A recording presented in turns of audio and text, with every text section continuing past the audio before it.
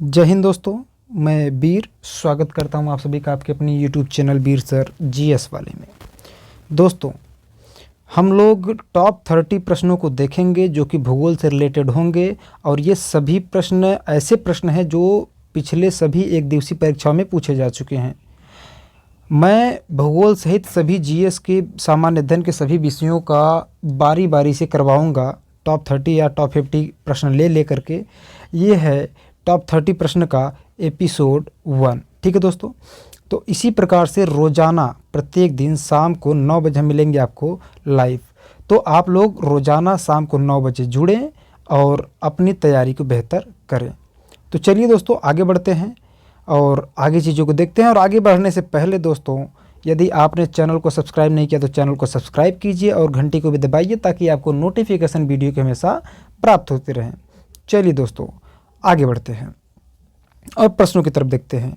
तो दोस्तों, आज का हमारा पहला प्रश्न है कि क्षेत्रफल की दृष्टि से 4 सबसे बड़े राज्यों का सही क्रम क्या है। क्षेत्रफल की दृष्टि से 4 सबसे बड़े राज्यों का सही क्रम क्या है। तो दोस्तों, ऑप्शन 4 है आपके पास।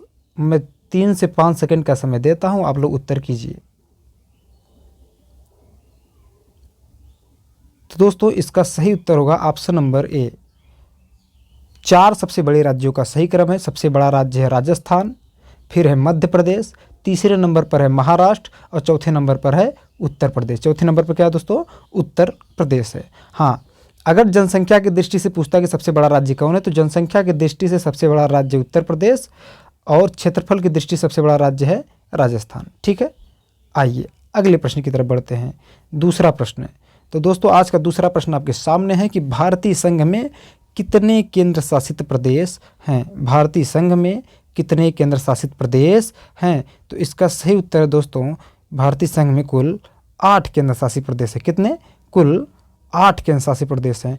अब अगर हम बात करें इन 8 केंद्र शासित प्रदेशों की, तो 8 केंद्र शासित प्रदेशों में शामिल है आपका दिल्ली, चंडीगढ़, लद्दाख, जम्मू कश्मीर, दादरा नगर हवेली, पुदुचेरी, लक्षद्वीप और अंडमान निकोबार द्वीप समूह। ये 8 केंद्र शासित प्रदेश है दोस्तों, जो कि भारत के संघ राज्य में या फिर कह सकते हैं कि भारत के राज्यों में शामिल है, जिसको हम लोग संघ राज्य क्षेत्र कहते हैं। आगे बढ़ते हैं तीसरा प्रश्न की तरफ। तो दोस्तों, तीसरा प्रश्न हमारा कि आदम का पुल निम्न में से किन 2 देशों के बीच स्थित है। 5 सेकंड का समय है आपके पास, आप उत्तर करिए। और आपके पास ऑप्शन है 4, भारत बांग्लादेश के बीच, या म्यांमार और भारत के बीच, या भारत श्रीलंका के बीच, या भारत बांग्लादेश के बीच। ये 4 ऑप्शन है दोस्तों और इसका सही उत्तर है भारत श्रीलंका। क्या दोस्तों? भारत और श्रीलंका।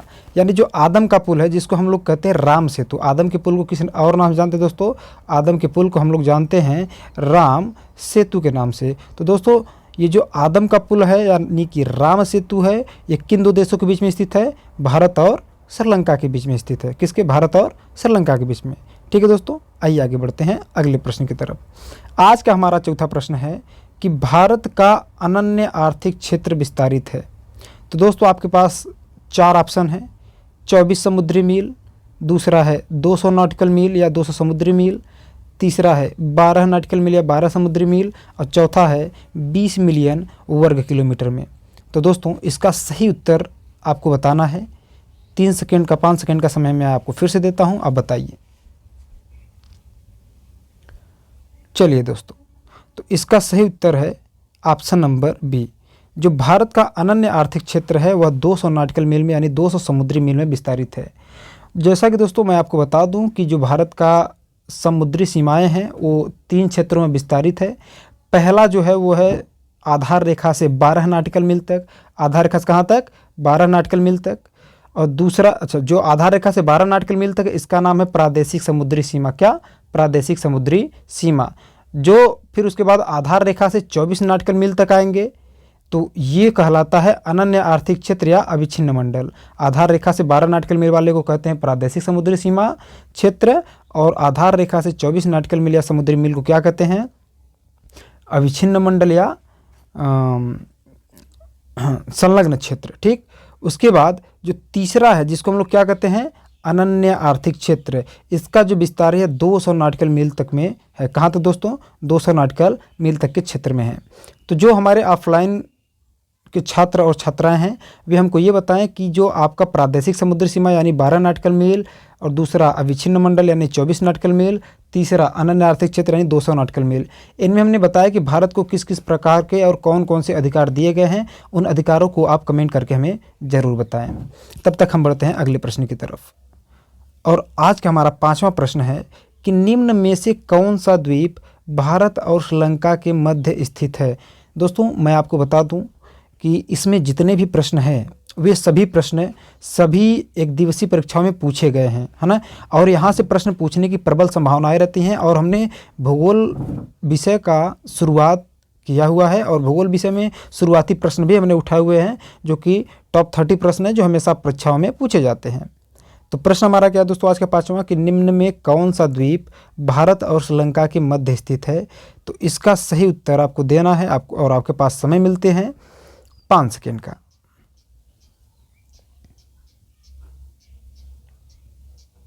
चलिए दोस्तों, तो इसका सही उत्तर है रामेश्वरम। क्या है? रामेश्वरम। जहाँ पे आदम का पुल, जिसकी इसके पहले हमने आपको बताया कि जो आदम का पुल है, राम सेतु है, उसी के समीप स्थित है। यानी जहाँ से जो तमिलनाडु वाला क्षेत्र है, जहाँ से तमिलनाडु वाला क्षेत्र समाप्त होता है, उसी के पास क्या है? रामेश्वरम द्वीप स्थित है दोस्तों। ठीक है, वेरी गुड। और लक्षद्वीप तो आप जानते हैं एक केंद्र शासित प्रदेश है। एलिफेंटा द्वीप की बात करें तो यह है मुंबई के पास, और न्यूमूर द्वीप है यहाँ पश्चिम बंगाल तट पर। कहाँ? पश्चिम बंगाल तट पर, याद रखिएगा। ठीक है दोस्तों, आइए आगे बढ़ते हैं 6ठे प्रश्न की तरफ। बात करते हैं 6ठे प्रश्न की। तो 6ठा प्रश्न कहता है कि कर्क रेखा निम्नलिखित में से किसी एक राज्य से होकर नहीं गुजरती, या फिर किस एक राज्य से होकर के नहीं गुजरती है। तो दोस्तों आपके पास 4 ऑप्शन हैं, और इसको इतनी बेहतरी के साथ, जो ऑफलाइन के स्टूडेंट्स हमारे, हमने आपको इतनी बेहतरी के साथ बताया है कि आप मतलब कर्क रेखा से लेकर चाहे जैसा प्रश्न बना दे, या फिर भूगोल विषय से ही लेकर चाहे जैसा प्रश्न बना दे, आप आसानी के साथ कर सकते हैं। तो दोस्तों आपके पास 4 ऑप्शन है, उत्तर दीजिए। तो इसका सही उत्तर है दोस्तों उड़ीसा। क्या सही उत्तर है? उड़ीसा। जो कर्क रेखा है वह कुल 8 राज्यों से होकर गुजरती। कितने? 8 राज्यों से, जिनमें 3 तो यहीं पर है, गुजरात, राजस्थान, त्रिपुरा। ठीक, मैं एक क्रम से बता देता हूँ, एक लाइन से बता देता हूँ। पश्चिम से पूर्व का जो विस्तार है उसी को बता देता हूँ। पहले गुजरता है गुजरात से, फिर राजस्थान से, फिर मध्य प्रदेश, फिर छत्तीसगढ़, फिर झारखंड, फिर पश्चिम बंगाल, फिर त्रिपुरा और फिर मिजोरम। ये 8 राज्यों से होकर गुजरता है आपका कर्क रेखा। और कर्क रेखा जो होता है वो 23.5 डिग्री उत्तरी अक्षांश को माना गया। किसको? 23.5 डिग्री उत्तरी अक्षांश को माना गया है कर्क रेखा। और कर्क रेखा 8 राज्यों से गुजरती है। और इसमें आपसे पूछा गया है कि कर्क रेखा निम्नलिखित में से किस एक राज्य से नहीं गुजरता है। तो उसका सही उत्तर है उड़ीसा। उड़ीसा से नहीं गुजरती है। ठीक है, ओके मेरे प्यारे मित्रों, ध्यान रहे यदि आपको 8 राज्य याद है तो आपको डिफरेंट एक करके कोई भी दे दे, आप आसानी के साथ प्रश्नों को कर जाएंगे।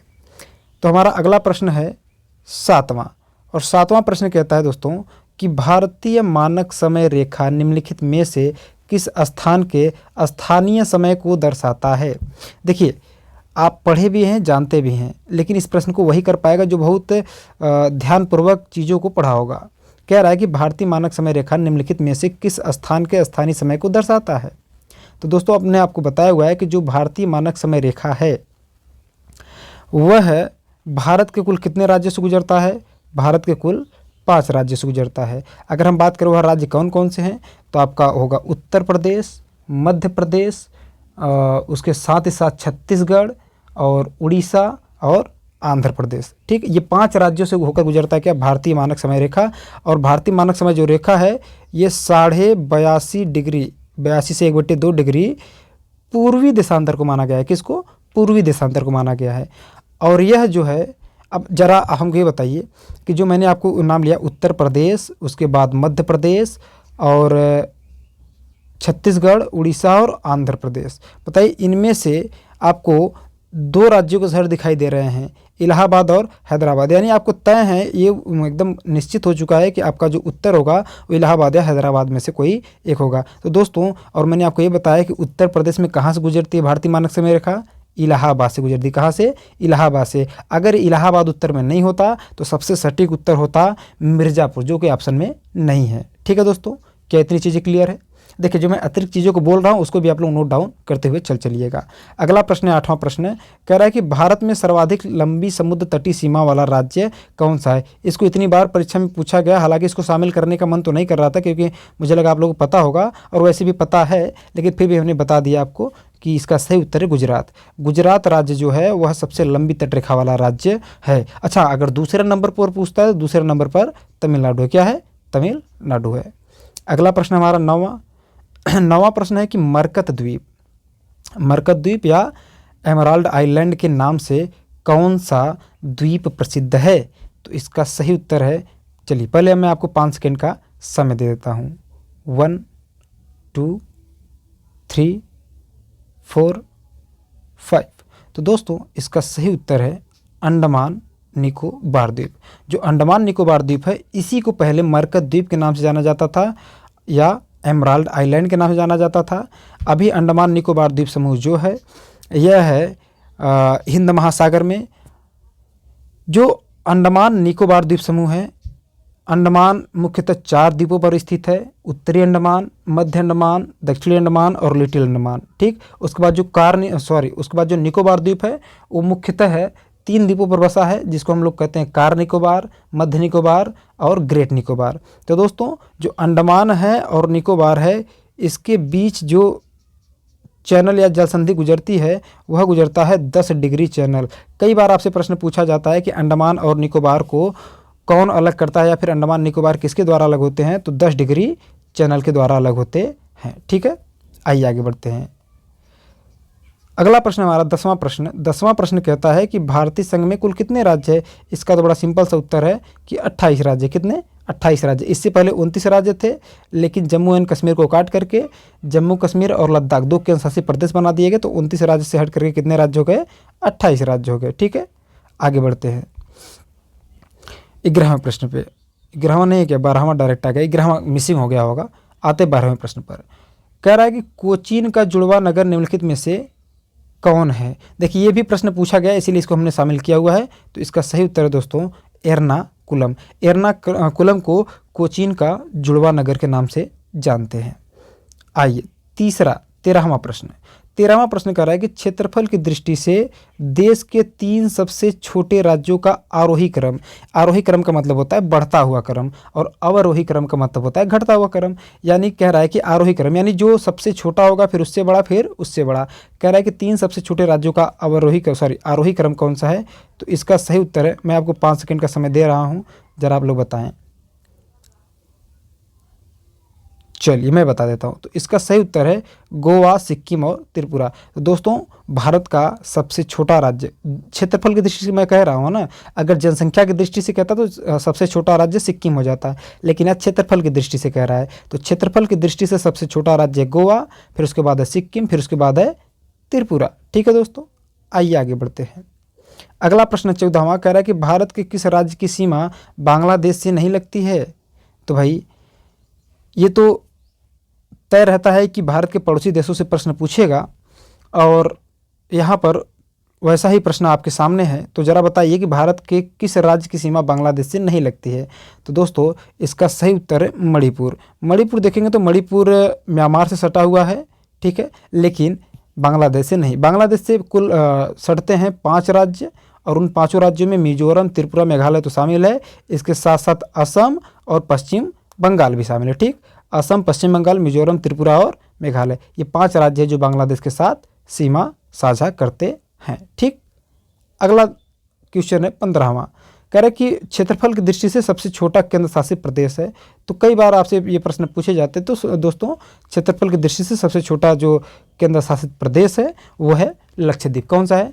लक्षद्वीप है। ठीक है, अच्छा हाँ, अगर आपसे पूछे कि सबसे बड़ा द्वीप कौन है, सबसे बड़ा केंद्र शासित प्रदेश कौन है, तो सबसे बड़ा केंद्र शासित प्रदेश है अंडमान निकोबार द्वीप समूह और सबसे छोटा लक्षद्वीप। ठीक है दोस्तों, वेरी गुड। आइए आगे बढ़ते हैं 16वें प्रश्न की तरफ।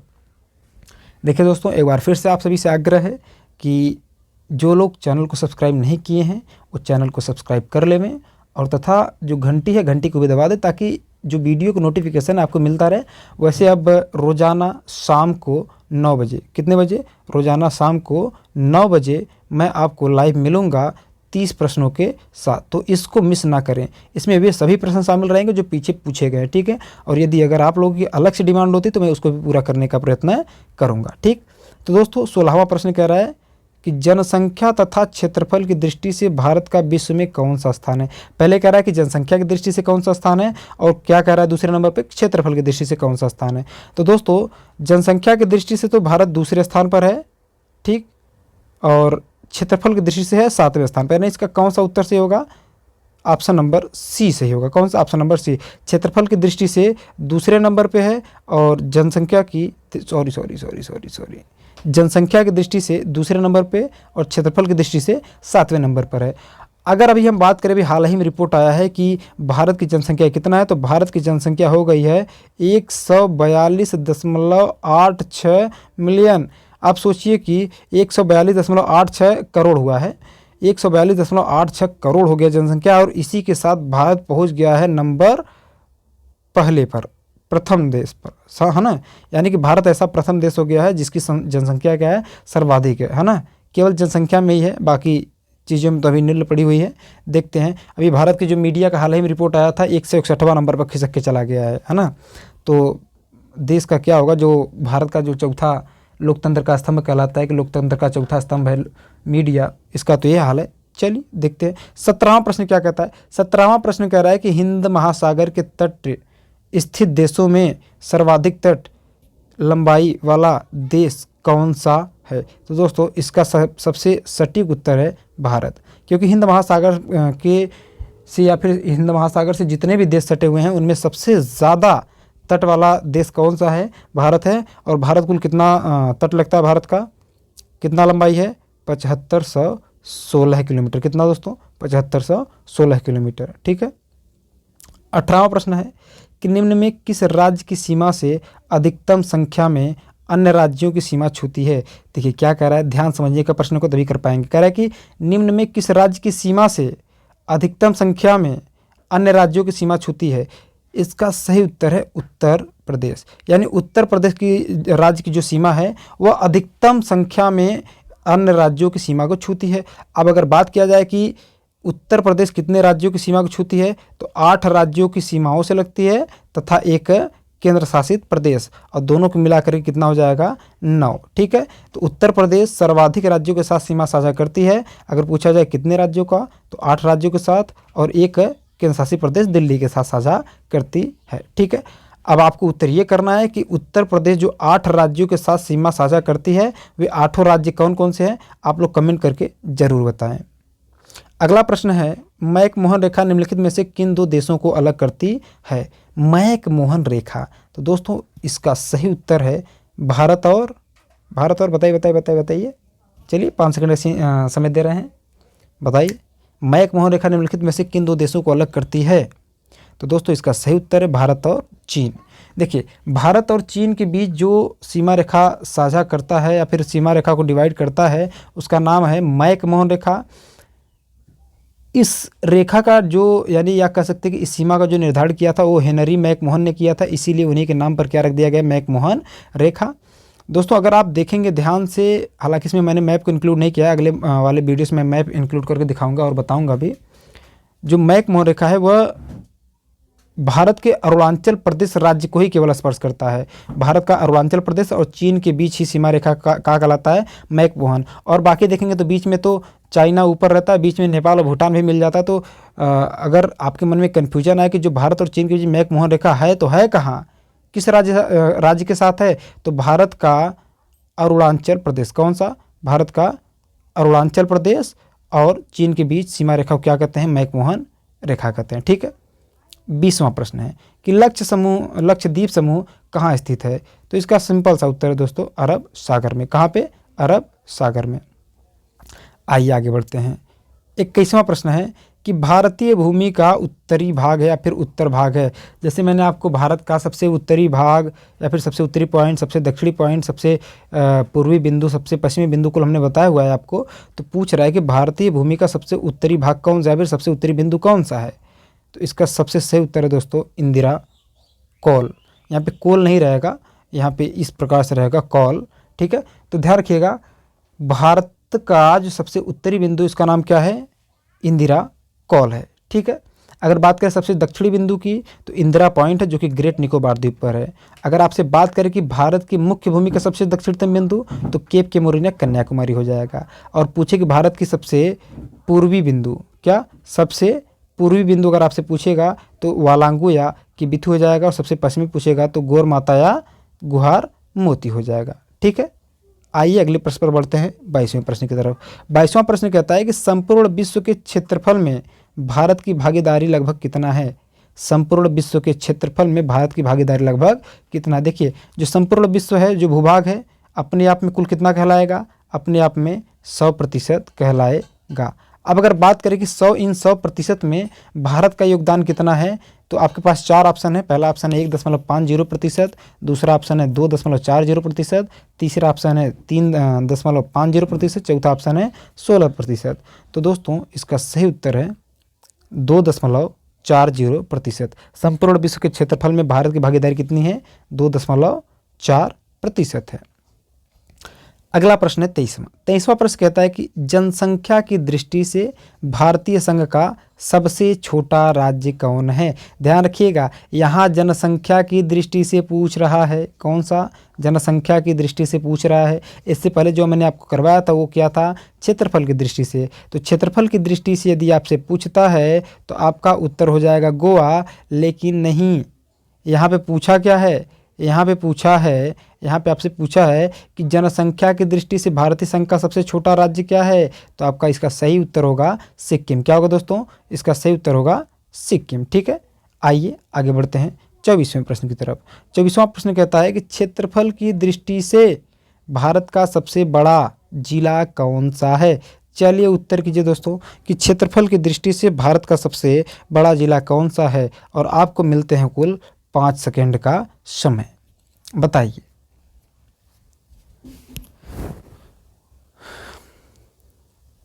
चलिए दोस्तों, तो क्षेत्रफल की दृष्टि से भारत का सबसे बड़ा जिला है कच्छ। क्या है, कच्छ।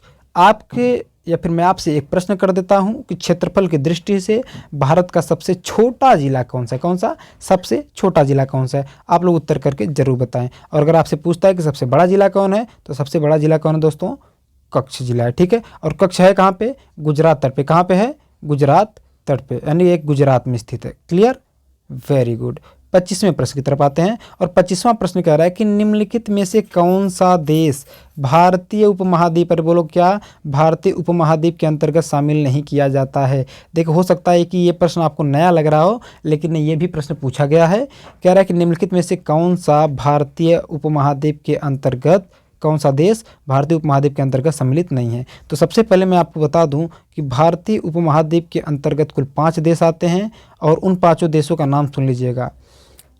3 तो यहीं पर है। पहले इसका मैं उत्तर आपको दे दूं कि कौन सा देश शामिल नहीं है भारतीय उपमहाद्वीप में, तो उसका सही उत्तर है श्रीलंका। ठीक, इसका मतलब है कि ऊपर के ये जो 3 हैं, क्या क्या क्या दोस्तों, ये जो 3 हैं भूटान, नेपाल और पाकिस्तान, ये तो 3 शामिल है। इसके अलावा 2 और शामिल है जिसको हम लोग चौथा कह सकते हैं बांग्लादेश। चौथा क्या है, बांग्लादेश है। और 5वें की बात करेंगे तो 5वां अपना खुद है, भारत है। क्या है, भारत है।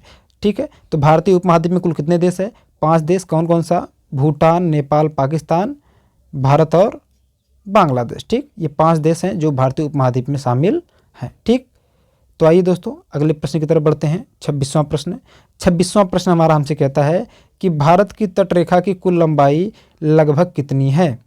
ध्यान रखिएगा दोस्तों, जो भारत की मुख्य भूमि है ना, उसकी तटरेखा की कुल लंबाई है 6100 किलोमीटर। कितना है, 6100 किलोमीटर है। लेकिन जो द्वीप है, द्वीप की बात करें तो अंडमान निकोबार द्वीप समूह और लक्षद्वीप समूह जो है भारत का केंद्रशासित प्रदेश, ये तो द्वीप ही है। इसके चारों तरफ पानी, यानी इसके पास भी तट है।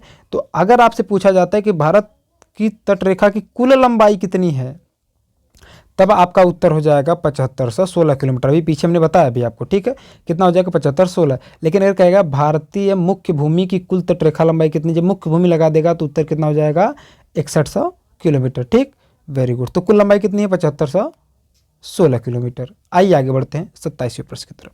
27वां प्रश्न कह रहा है कि 9 डिग्री चैनल किनको अलग करती है।